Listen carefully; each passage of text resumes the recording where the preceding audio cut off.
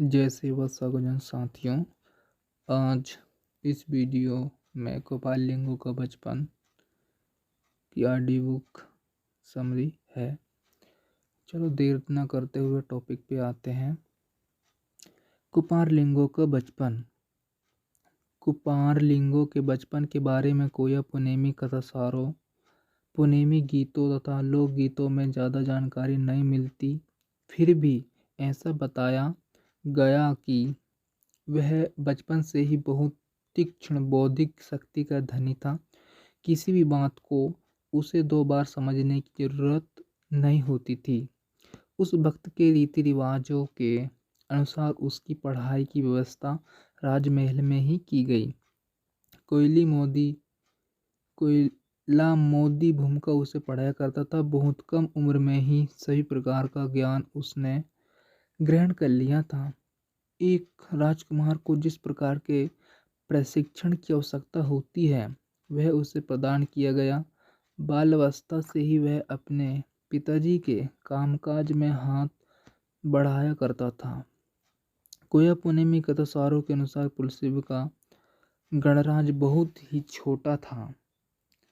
उसके इर्द गिर्द हरवाकोट, मुरवाकोट, सिरवाकोट आदि गणराज्य थे। उस परिक्षेत्र में युमा, गुनगा, सुलजा, घाघरी, सिंधाली, बिदरा आदि नदियाँ प्रभावित थी। वर्तमान में उनके नाम क्या है यह एक संशोधन का विषय है और इस बिंदु पर संशोधन पूर्ण अध्ययन गोंडवाना कोड दर्शन में लिपिबद्ध किया जा चुका है। कोयावासी गोंडी गोंदोला के सगावेन गणजी पांदी परिकुपाल लिंगों की उपासना करते वक्त युक्त नदियों के नाम स्मरण किया करते हैं, जैसे हरकोटा, मुरकोटा, पुरकोटा, तोर पोयराजानी, कुर्कमक्का, देश बुरका, एता माबो लिंगोनी, युमा, गुनेगा, सुलजा, अदनीवा, इरकोली, सिंधाली, बिंदाली, कंजोली, नीवा, सुरकोली, कोया, मनवान, सितोनी, सगापरी, नाजोली, नेडवासी, रुंजा सारी, सुंडीनता, महापेन कोली, लिंगो, मुठवा, सुमरी, मंतेर। अर्थ: हे हरकोटा, मुरकोटा और पुरकोटा के राजा लिंगो, हम तुम्हें कुर्कमक्का और सेदबुर का अर्पण करते हैं। तुम्हारा स्नान एवं जल विहार की जगह युमा, गोनगा, शुल्जा एवं घाघरी नदियाँ हैं। सिंधाली, बिंदाली एवं कंजोली तुम्हारे विचारने के उद्यान हैं। तुमने कोयावासी मानव समुदाय को सगा गोत्रों की व्यवस्था प्रदान की है। आज हमारी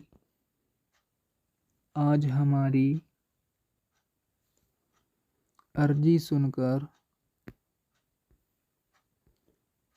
सुनकर तुम दर्शन देने आ जाओ। हम देवस्थल में तुम्हारी बाट जो रहे हैं। युक्त लिंगो, मुठवा, सुमरी, मंतेर की सार के अनुसार पुलसिब राजा के गणराज्य में बड़ी नदियाँ बहती थी। उसका गणराज्य बहुत ही सुपीक था। वह बहुत ही धन संपन्न था। उसे अपनी प्रजा से प्रीति थी। हरकोटा, मुरकोटा, सिरकोटा के गणराज्यों में आपसी संबंध अच्छे थे। ऐसे उस राज्य के राजकुमार पारिकुपाल लिंगों की उपासना कोयावासी गौड़ समुदाय इसलिए करता है कि उसने सभी कोयावासी गढ़ जीवों को एक सूत्र में अनुबंधित करने का महान कार्य किया था। उसने उसके दुख दर्द को जानकर उनकी उचित सेवा किया करता था। उनके आपसी संघर्ष को मिटाने हेतु एक नया जीवन मार्ग दिया था। इन सभी बातों की जानकारी निम्न मूट, लिंगो, सुमरी, मंतेर से होती है। बगरे अताल कोया भीनी तून दोय ताना, अड़की पिड़की ते सय जीवाना, सेवा कियाना। कहिंजा कुंजा किए गड़ गड़ कून कम के, कियाना सगा बिडारता सारी वीसी संगेता किना। गोंडी पुनेमता सार इमाम कून सितूनी, ओ माँ पोर लिंगो नेड इमा बेगा। हंतो निवासी रुंजावासी, रुंजा मूट लिंगो सुमरी। अर्थ है, कोयामुरी द्वीप में अस्त व्यस्त बिखरे हुए कोयावासियों को एक सूत्र में अनुवादित करने वाले रोगराई से पीड़ित जीवों की सेवा करने वाले, आपस में संघर्ष करने वाले गण प्रमुखों को शांति से जीने हेतु सगा सामाजिक मार्ग से चलने का मार्गदर्शन करने वाले लिंगों, आज तुम कहाँ चले गए हो? हमें दर्शन देने हेतु आ जाओ, आ जाओ।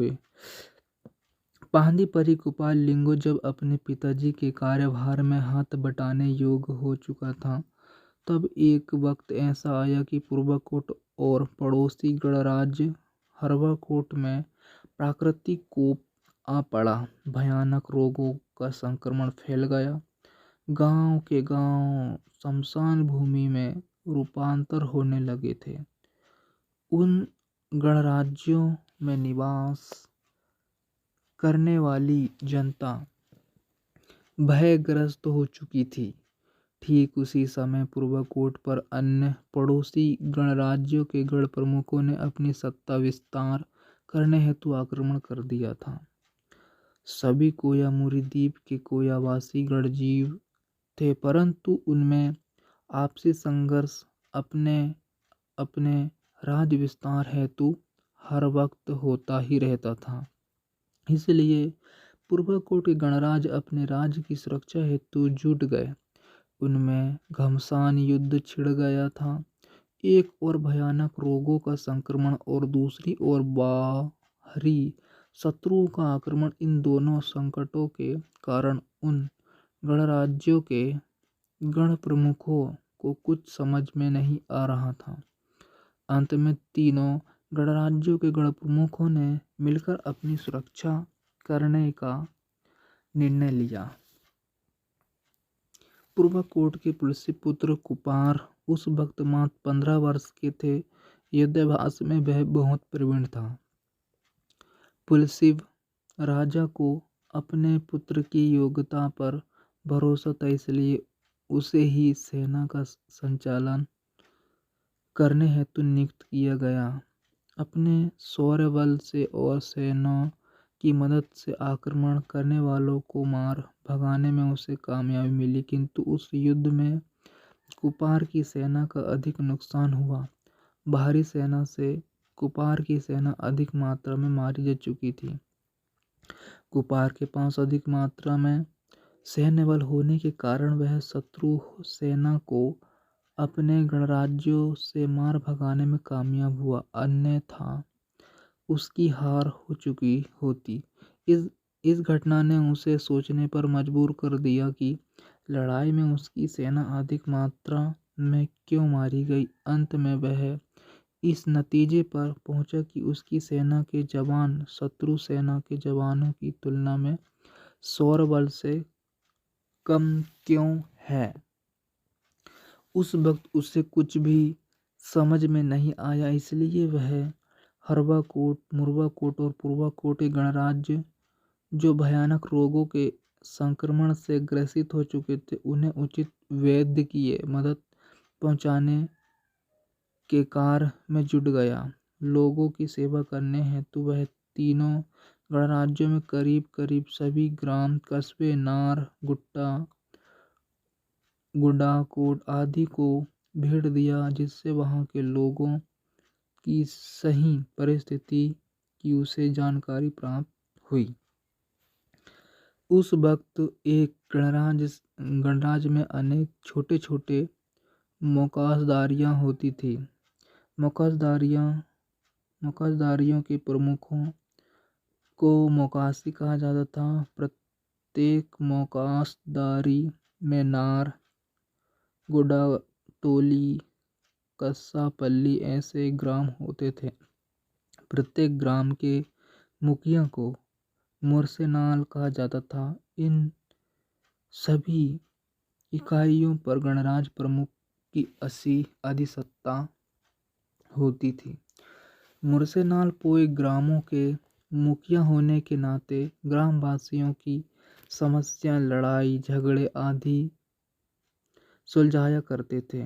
कुछ अनसुलझे मामलों को वे मोकासदारी के मोकासी के पास ले जाया करते थे। जिन समस्या या मामलों को मोकासी नहीं सुलझा पाते थे उन्हें गणराज्य के प्रमुख के पास पेश किया जाता था। इस तरह गणराज्यों की प्रशासन व्यवस्था कार्यरत थी। इसके बावजूद भी वहाँ के सामुदायिक प्रणाली में कुछ त्रुटियां थी। गणराज्यों की जो इकाइयाँ थी उनमें आपसी तालमेल नहीं था। उनमें सुनिश्चित सामाजिक व्यवस्था नहीं थी। सभी के लिए लागू हो ऐसी नीति नियमों का अभाव था। हर एक गणजीव स्वयं को स्वयं पूर्ण केंद्र मानता था। अपने स्वार्थ के लिए औरों का साधन के रूप में प्रयोग करता था। कोई भी किसी के भी लड़की से अपना शारीरिक संबंध प्रस्तापित किया करता था। ऐसे अनिवार्य समाज व्यवस्था में अवांछनीय प्रकार घटित हो जाने पर लोग ग्राम, मुर्सेनाल, मोकासी या गढ़ प्रमुख की ओर अन्य मांगने जाया करते थे। उसमें किसी को न्याय मिलता था तो किसी को बेकार ही अन्याय भी सहना पड़ता था, जिसके कारण उनमें आपसी संबंध अच्छे नहीं थे। संपूर्ण कोयावासी गणजीवों में अनियमितता तथा अनैतिकता का साम्राज्य फैला हुआ था। अन्याय एवं अत्याचार का शिकार हो चुका था। सभी लोग दुख से पीड़ित नजर आते थे। उनमें एक दूसरे के प्रति, एक दूसरे परिवार के प्रति, एक दूसरे गुटों के प्रति, समूहों के प्रति, गांवों के प्रति, मोकासदारियों के प्रति तथा एक दूसरे गणराज्यों के प्रति अपनत्व, प्रेम भाव, बंधुत्व भाव एवं सहकार की संभावना का अभाव था। खुद की जरूरतों की पूर्ति के लिए दूसरों को दुख भी पहुंचा तो भी उन्हें कुछ नहीं लगता था। उनमें केवल स्वजीवन के बारे में, स्व परिजनों के बारे में, मैं स्वयं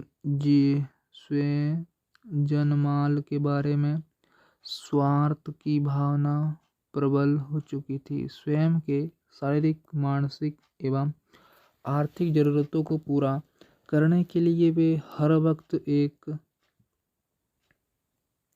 दूसरे के साथ, एक दूसरे समूहों के साथ, एक दूसरे ग्रामवासियों के साथ, एक दूसरे मोकासदारियों के साथ तथा एक दूसरे गणराज्यों के साथ संघर्ष, कलह, एक लड़ाई झगड़े किया करते थे। इसलिए कोयामुरी द्वीप के कोयावासी गणजीवों में हिंसाचार, अन्याय, अत्याचार एवं अहंकार का साम्राज्य निर्णय हो चुका था। उनका व्यवहार परिवार में, गुट में, समूह में, ग्राम में, मोकासदारी में और अपने अपने गणराज्य में सीमित हो चुका था। उनके संबंध आपस में सीमित दायरे में होते थे।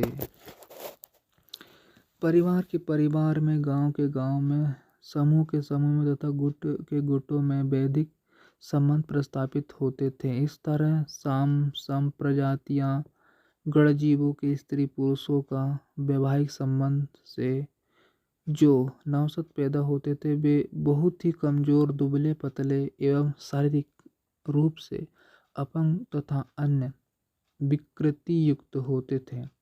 उनमें प्रकृति के शक्तियों से लड़ने, मुकाबला करने तथा समायोजन करने की क्षमता की कमी होती थी। इसलिए वे प्रकृति कल चक्र के शिकंजे में जकड़े थे, मृत्यु के शिकार हो जाया करते थे। इसलिए जीवन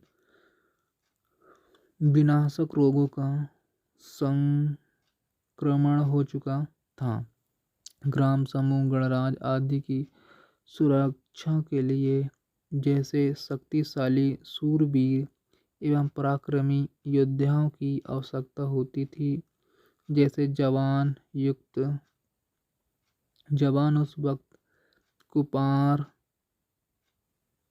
लिंगों के पूर्वकोट और अन्य गणराज्यों में भी नहीं थे। यही कारण था कि कुपार की सेना अधिक मात्रा में लड़ाइयाँ मारी गई। इस पर से कोयावासी गणजीवों का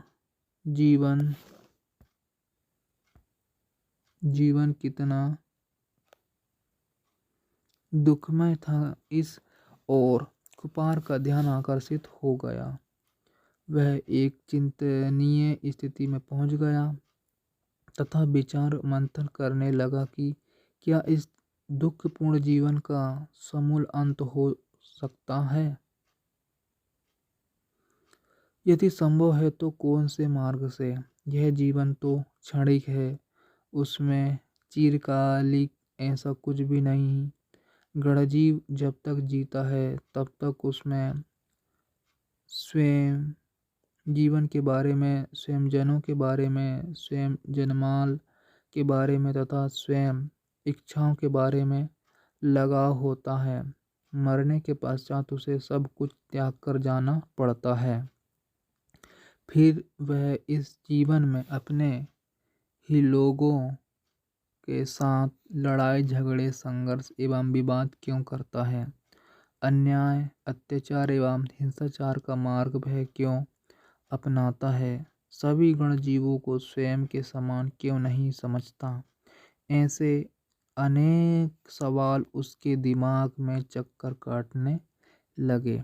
वह बहुत ही विलक्षण एवं तीव्र बुद्धि का स्वामी था। इसलिए उसकी समझ में आ गया कि गण प्रमुख यह कभी भी न्यायदान करने में, प्रशासन चलाने में और गणराज्य की सुरक्षा करने में कामयाब हो सकता है, किंतु गणजीवों की सामाजिक, धार्मिक एवं नैतिक समस्याओं को सुलझाने में कभी कामयाब नहीं हो सकता। उसके लिए सामाजिक रीति रिवाज, धार्मिक नीति नियम एवं नैतिक बंधनों की आवश्यकता होती है, जिससे गणराज्य के सभी जीवगणों में प्रेम भाव, बंधु भाव, आदर भाव एवं सद्भाव बना रहे। इसलिए कोयामुरी द्वीप के कोयावासी गणजीवों के लिए जब तक कुछ सामाजिक, धार्मिक एवं नैतिक प्रतिबंधयुक्त व्यवस्था प्रस्तापित नहीं की जाती, तब तक उनके दुखों का निवारण होना संभव नहीं है। ऐसे विचार करते करते रोग से पीड़ित लोगों की सेवा कार्य में वह जुट गए और हर संभव वैद्यकीय मदद पहुंचाने के पश्चात अपने गणराज्य में लौट गया। एक हृदय विदारक घटना। एक दिन कुपार अपने पिताजी के साथ गणराज्य की न्यायदान कक्ष में बैठा था। तब गणराज्य के कुछ नागरिकों ने एक जवान जोड़े को गण प्रमुख के सामने पेश किया। जब राजा ने उस जवान जोड़े की अपराध के बारे में नागरिकों से पूछा, तब उन्होंने बताया कि ये दोनों भाई बहन हैं। इन्होंने अपने कोयावासी गणजीवों के सामाजिक मूल्यों के विरुद्ध आपस में अनैतिक संबंध प्रस्थापित किया है। जब इन दोनों के अनैतिक शारीरिक संबंध के बारे में इनके माता पिता को मालूम हुआ तो समाज में अपनी बदनामी हो गई। यह सोचकर उन्होंने अपना प्राणांत कर लिया है। उनके मृतदेह भी राज दरबार के सामने लाए गए हैं।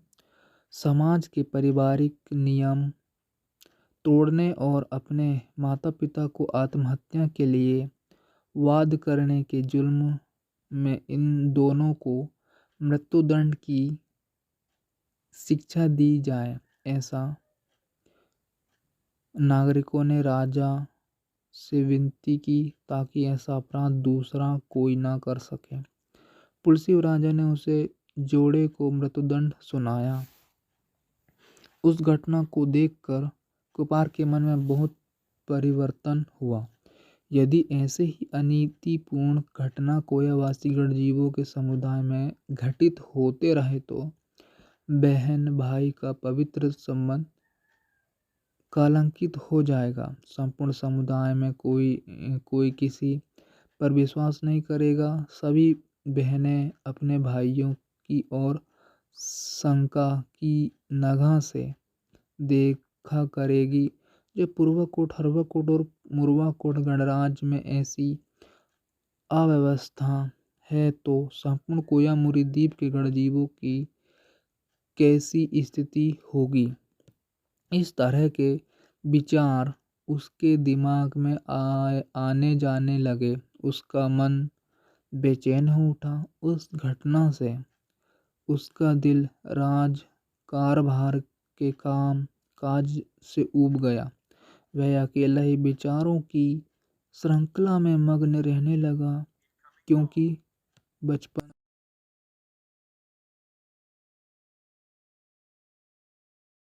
बचपन से ही औरों का दुख देखकर उसका मन द्रवित हो जाया करता था। प्रतिदिन वह राजमहल के उद्यान में बैठकर विचार मंथन कर रहा था, किंतु उसे सही दिशा कुछ मिल नहीं पा रही थी। राजकारभार में कुपार का मन लगता नहीं। यह सोचकर उसके पिताजी ने उसका विवाह कर देने का निर्णय लिया। इस बात की जानकारी जब कुपार को मिली तब उसने अपने पिताजी से कहा, हे पिताजी, अभी मेरी आयु मात्र 16 वर्ष है। मुझे कोयामुरी द्वीप के सभी गणराज्यों के गणजीवों की सामाजिक स्थिति का अध्ययन करना है। उनके दुखों का निवारण हेतु उचित मार्ग खोज निकालना है। अपने उम्मोगुट्टा को और संभाग के गणराज्यों की जनता की दशा कैसी है यह मैं देख चुका हूँ। 3 संभागों की क्या परिस्थिति है उसे मैं जानना चाहता हूँ।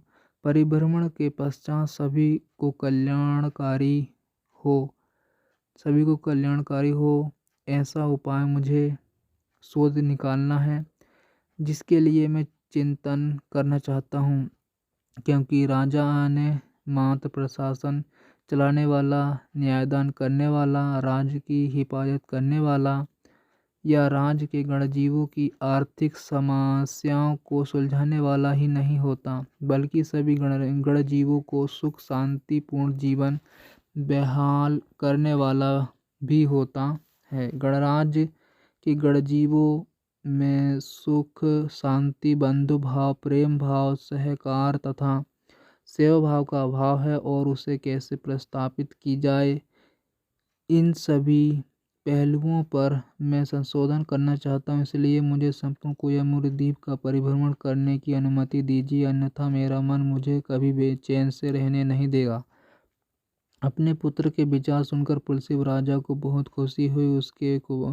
उसने कुपार को कोयामुरी द्वीप का परिभ्रमण कर कोयावासी गणजीवों के जीवन मार्ग को खोज निकालने की अनुमति प्रदान की और तदुपरांत कुपार अपने वाहन पर अकेला ही अपने गणराज्य के बाहर निकल गया। उस वक्त वह 16 वर्ष का था।